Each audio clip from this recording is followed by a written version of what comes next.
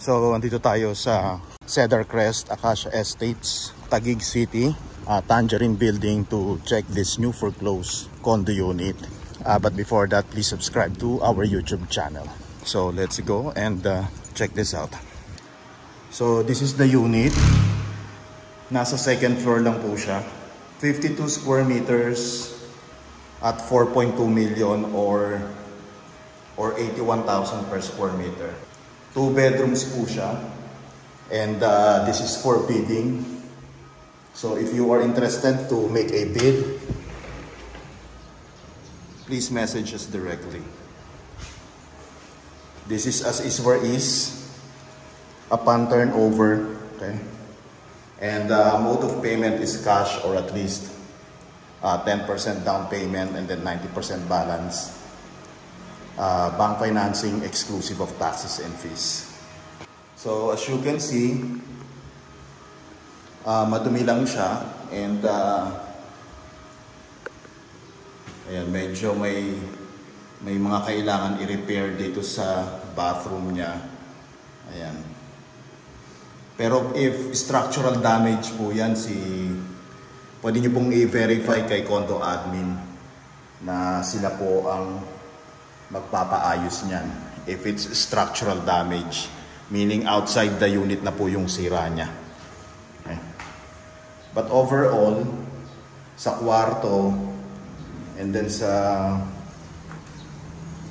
dito sa balkonahin niya, ganun din po sa kitchen niya, maayos naman, konting linis lang.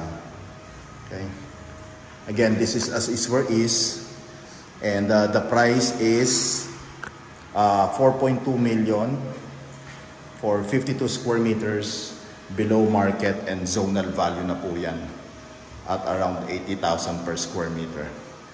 Okay, so again, if you are interested to make an offer and schedule a viewing appointment, please message us directly.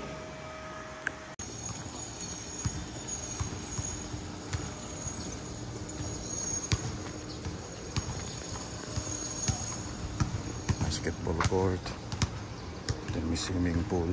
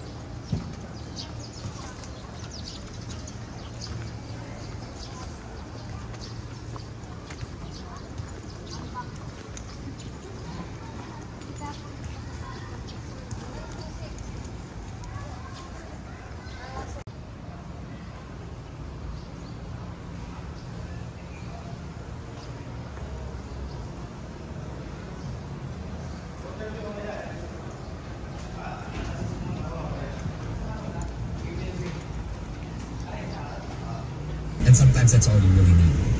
And they're back. And yeah, and then what? And sometimes it's about like people forget, and then you can just bounce back. In 300 meters, turn right. Yeah, and you're back. And you have a show. Yeah, like a hit show. Yeah, Multiple hit shows. Hit movie. So, Hit series. Hindi kasi nga, parang sometimes kasi, okay, doesn't matter, you know, whether you believe it or not, whether you like them or not.